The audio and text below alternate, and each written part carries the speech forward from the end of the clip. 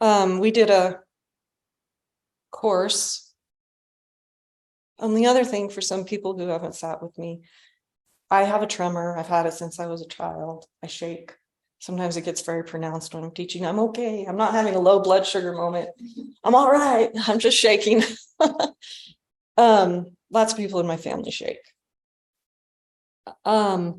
We did a course online, November, December, called The Way of Love, Inhabiting Fundamental Presence, Living Empty Fullness. And then in Costa Rica, Sharon and I, taught again in that way, with that intention, I guess. And I thought I would continue today because we're really waking up to and as and from how love moves as a particularity, even though it is an entirety. And when I use the word love, there's all kinds of love. We've all enjoyed all kinds of love in our lives. There's familial love, friend love, partner love, animal love, nature love. We have that sense of being able to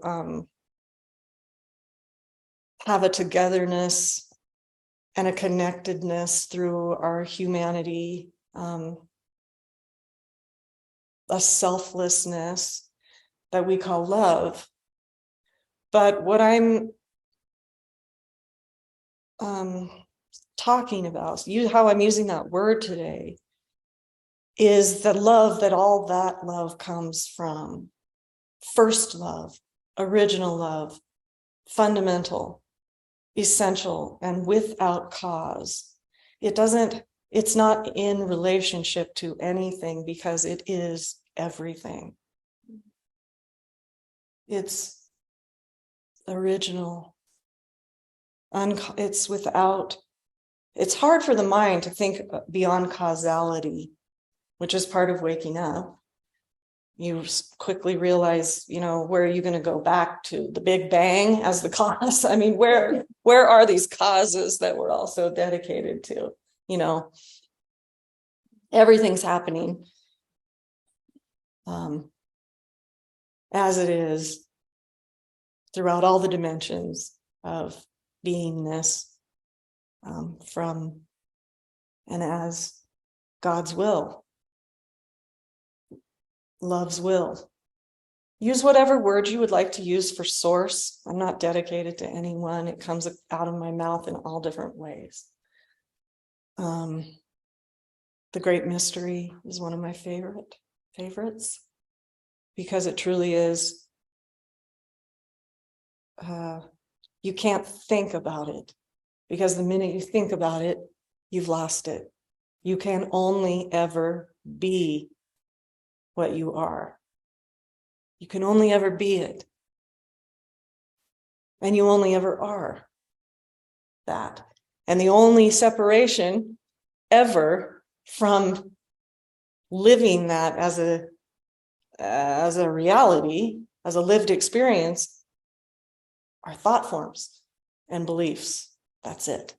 That's the only thing. That's the only shroud. That's the only cloud on the mirror, which is really good news. Because we can practice with attention. We can move attention. We can't move awareness because awareness is the ground of being. Awareness is like love is. Loving awareness is. It is. It's when we're in this state called waked, I'm awake state. It's when we're dreaming, or awareness is aware of dreaming. It's in deep sleep. Something wakes us up in the morning. What is that mystery? Awareness. But we can move attention. We can say, okay, put your attention on your second finger, right? And we can. And awareness is aware that the attention just moved to the second finger. And awareness didn't go anywhere. It doesn't go anywhere. It's not a coming and going. But we can practice with our attention. So thought forms, once we've become conscious of who we really are, well, then it's up to that particularity, this individuation, to serve that. And most of us are practicing. Like Adya says, maybe somebody like Jesus dropped in without any need for practice, just like boom. There are a few of those, thank God, right? But the rest of us, we are learning and practicing and becoming and unfolding as the natural expression, the authentic expression.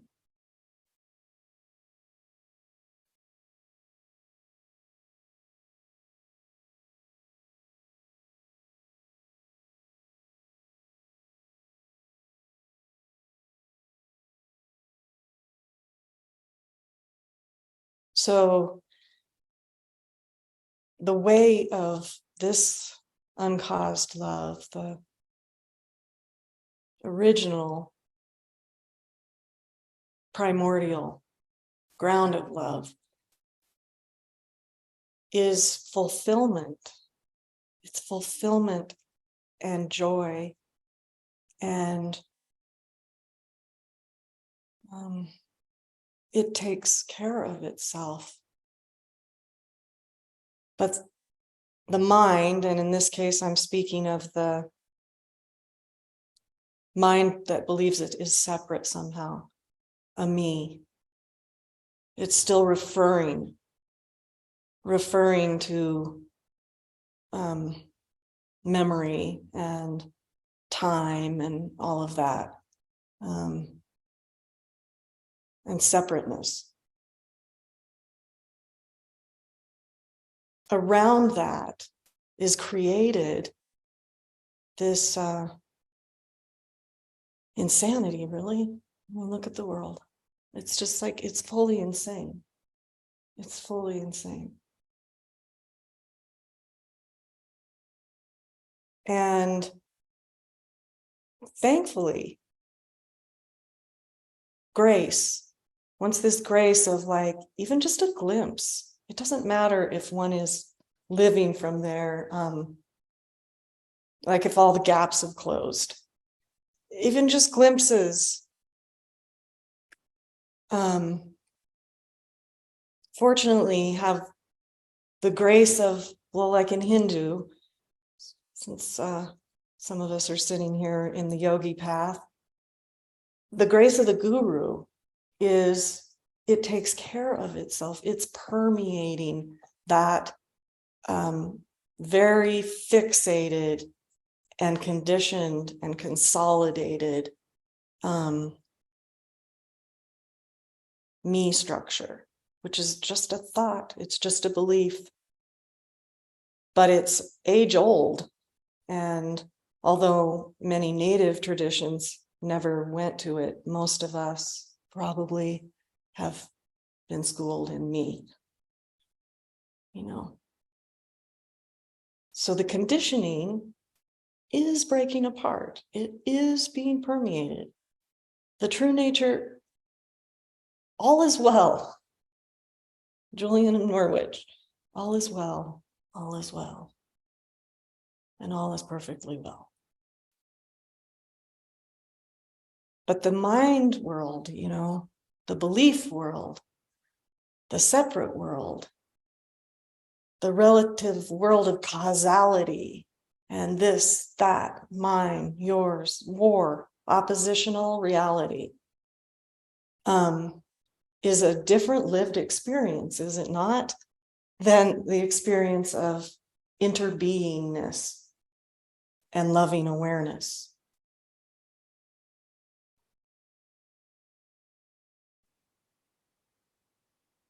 It's a different experience. That's why they say it's like waking up to a whole different world. When you can't find the opposite to clarify your understanding. There's no opposite. There's no cause. So the understanding, the lived experience arises from the ground itself and is lived as the ground itself. Like,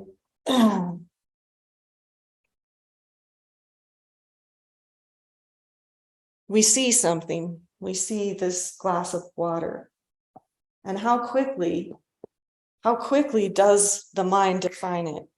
Through conventional conceptual idea. It's pretty quick.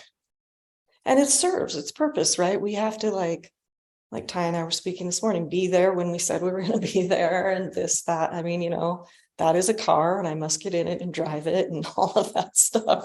Although, boy, there can be times when it's real loose. But the conventional conception of what reality is very quick. The mind, the referral is fast. That's this. This is that. It's fast. And the attention is generally on that referral process. The referencing. You know what I mean? And in that perceptual experience,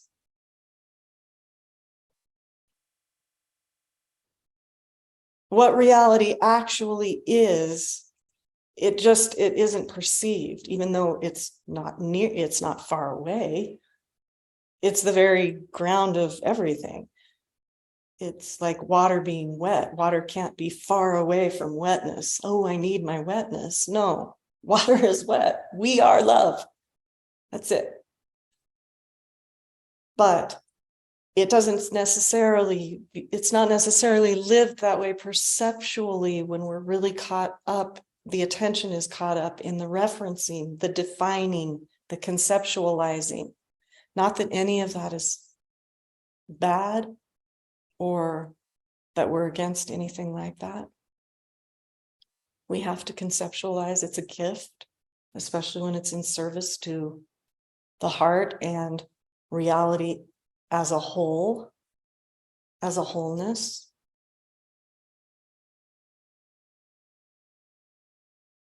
And that's why we practice being as is in this meditation practice. What Audrey calls true meditation, and Zen people, different paths call it different things. Because it's a practice of allowing the coming and going phenomena of the form aspect of reality to just exist without labels, without conceptualization. And in that practice, what begins to really shine forward of its own accord, naturally, without manufacturing, because it's happening, it's just not perceived, is wholeness, interbeingness, the one, the totality. So, yes, we can look at a tree and we can identify it as a tree, and we understand the different parts of it. But it arises in the totality as all of it. It's inseparable. It's indivisible. It's inseparable. It's indivisible. And it's perceived that way.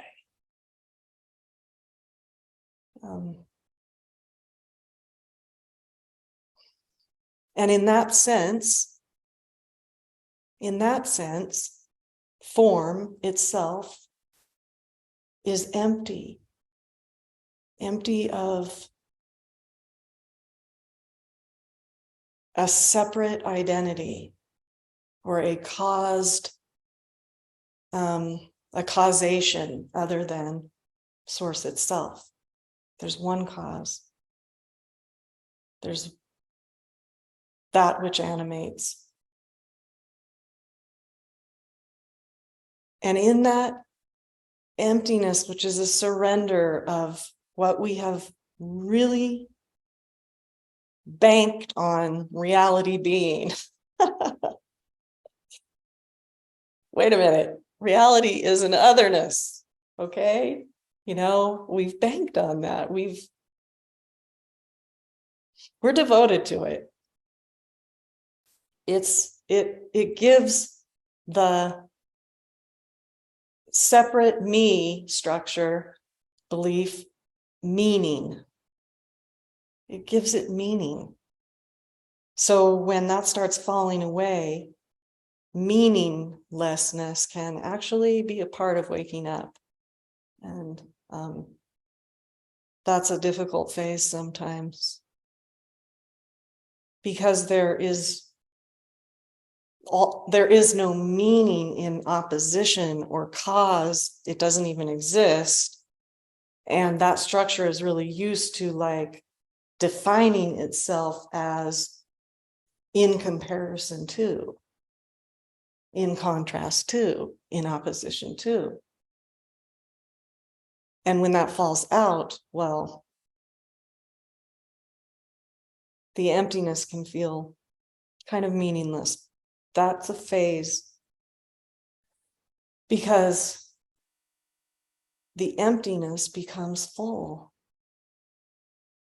so that we're no longer dividing out no thingness and everythingness. There's no longer a gap between no thing, everything, and isness is as a totality.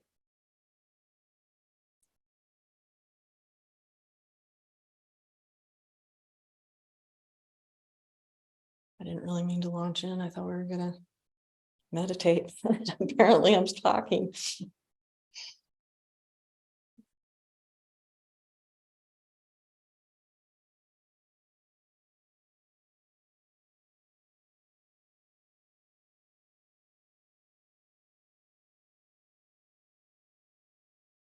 It comes as a great, almost indescribable relief to relinquish the separate me. It's indescribable, really. It's, as you guys know, it's like going home. And you are never without refuge, because refuge is within your very cells, as that which is animating and giving life and living itself through and as you, this individuation, this particularity.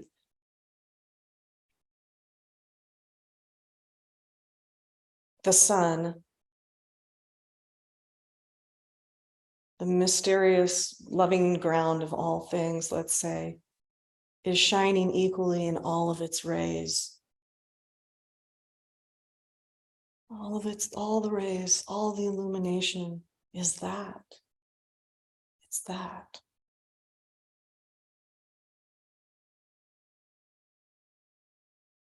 Some of the rays have decided that they are a land unto themselves, a me unto myself, and have forgotten that they are the sun. That's all. It's just that's why if most people who wake up to this, those of us, all of us, I don't know, who have woken up to this will say, I remembered. I remembered who I am. It's a remembering. I like the word discovery. I use it a lot, but it's even a little bit less than that. It's just kind of almost like oh yeah, right. Oh, how did I forget that? Conditioning. And I don't care how awake one is. If you're walking around in a mind body, there's conditioning and there's unconsciousness within the totality that is going to be made conscious through these instruments we call humanness. We don't have anything. We belong to the great mystery. And the great mystery is going to use it's like, I'm going to use my hands to pick up this piece of paper. Well, the great mystery is going to use the human heart to bring the unconscious into consciousness. And that's a deep path. That's a really deep path. As we can see, as more and more unconsciousness is being brought into view, a lot of the expressions are going crazy because there's no ground. One must take their seat.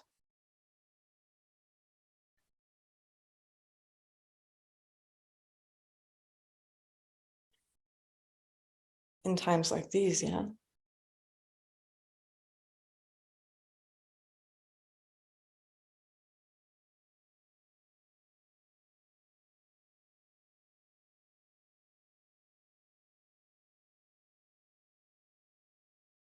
So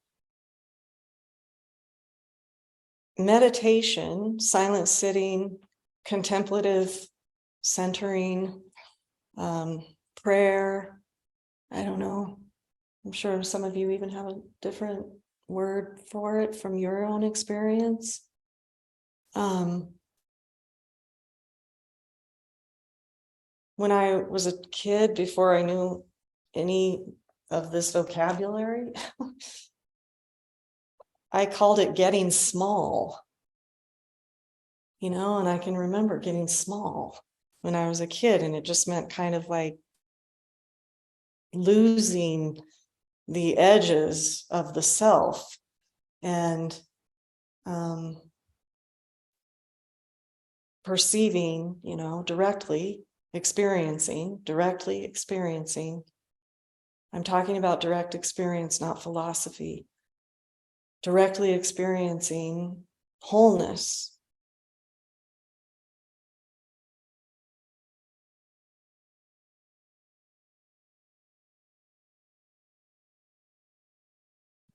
But when we come together in silence, in relative silence, in quiet, silence with a capital S, let's say, is never absent, and we can't create it or the ground is a roaring, ripe,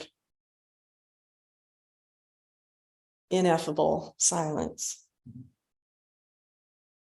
But relative quietness among each other, together, where we don't have to use language or define ourselves or anything else so quickly, but can rest in communion and togetherness in exploration of what is always here, what's not coming and going. And the beauty, many of us are introverts, some of us hermits, but the beauty and why every, I think, path that has actually lasted through the ages emphasizes a community aspect is there. Well, we all know, in this room we know, there is a richness to that can't be found necessarily by oneself. where two or more are gathered. The Buddha, the Dharma, the Sangha. And many of you know I deeply love Thich Nhat Hanh as a teacher, and his vision of the new Buddha, or in Christian terms, the second coming of Christ, was a community, not a sage on a stage, a community, a global awakening, a global expression of our true nature. So this coming together where we sit quietly and give each other the reflection of that which always is in the deep ground of silence. Well, it's not a path for everybody, but I'm so glad it's a path for some of us. It is rich and profound. It's profound.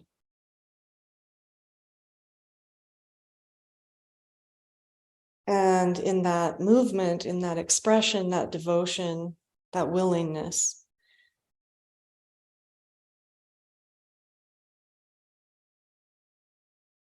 and embodied at restness, the presence. You know, if we just stop for even a minute, even a second, referencing a past or a future, stop for a second and do not reference the past or the future. Something inherently present, always present, goes, here I am. Here I am.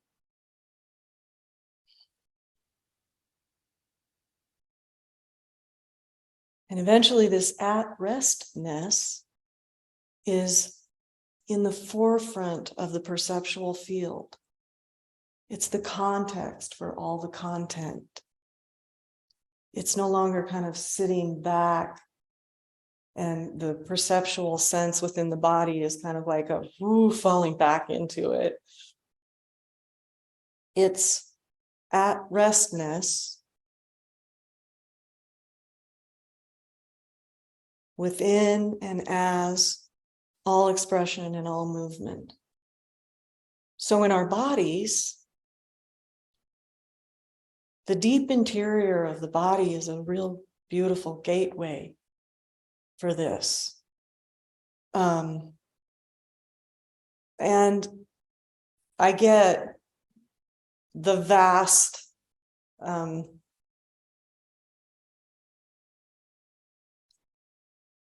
no body, no thing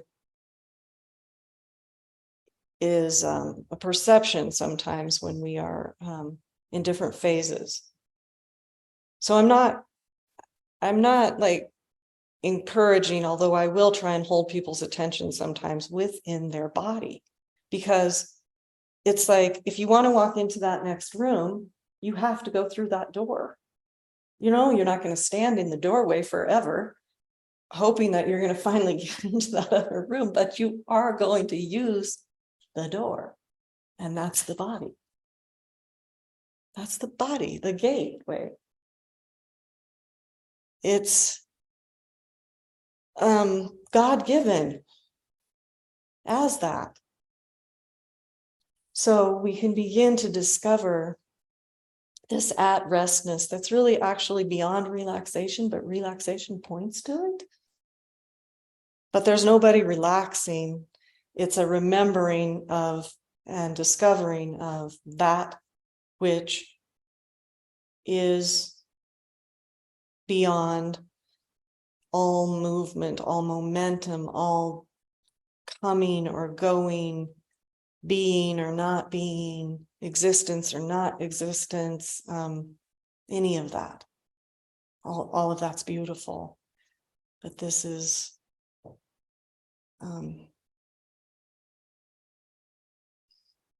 essential, indescribable, really. I don't know, I can't. It's beyond now. It's beyond any kind of word we would use in a time or space way. So you can't really describe it because our language is about time and space. Timeless even implies time, but timeless, formless, presently present presence. How's that?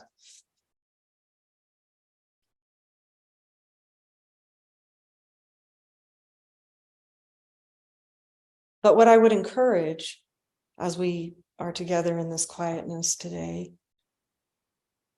is comfortable. Get comfortable. Now that you've sat for a while, you maybe can kind of go, no, I need to do this kind of adjustment when we take a break here in a minute. Be comfortable. If you get too comfortable, and this is why most people say, don't lay down in the meditation hall, you go to sleep. And sometimes the body needs to sleep, man.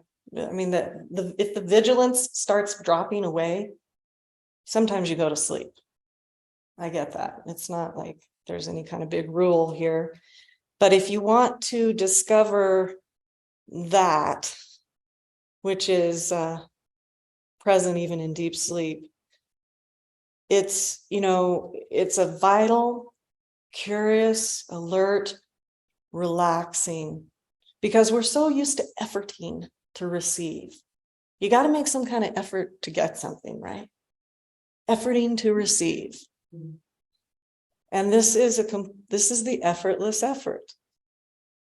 It's a relaxing to receive, like the lungs, like you were talking about last night in class. It's a relaxing to receive. Like, I really like the lungs example of that.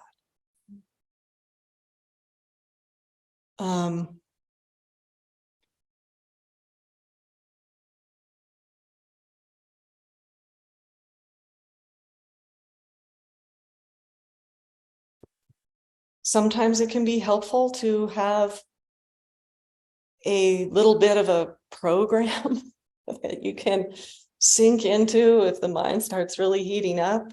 Eventually, all rowboats will have to be abandoned once you hit the shore because you got to get out of the boat to walk. But, evoking guides, evoking the radiant goodness in whatever form that appears to you. I don't care who that is or what that is. The divine world of the archetypal symbolism of the divine. I have a very dear friend who's also part of the extended Sangha in Costa Rica, Shuli, and she grew up in Israel, and they do not personify God. And she, she's like, we do not, what is this symbol, you've got on the altar, which is actually really good for me because it's like, but in that tradition, the mystery remains. You don't look directly at it. Here, at a certain phase, when Kundalini was rising, the entire pantheon of the Hindu deity spectrum was just downloading continuously, and out of nothing to do with me. So I don't know about all of that. It's a personal thing. What I'm trying to say is, in meditation, if you get lost, anchor in the deep interior of the body, anchor in divine radiance, however that groks for you, anchor in the heart. Maybe the sense of your grandchild, or some real tangible, loving innocence.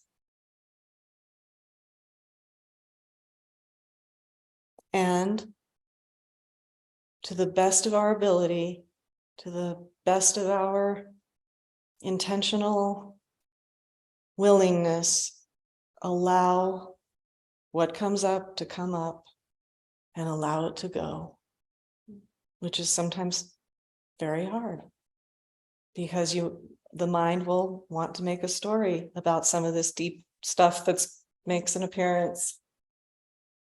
And you can go back to it. There may be some kind of human thing you have to finish with it. But in this time, let's give way. Give way. Give way. Just give way.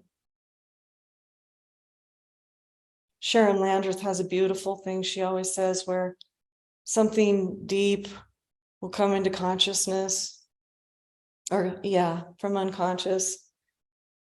And she just says, come here, sweetheart. Come here. I see you.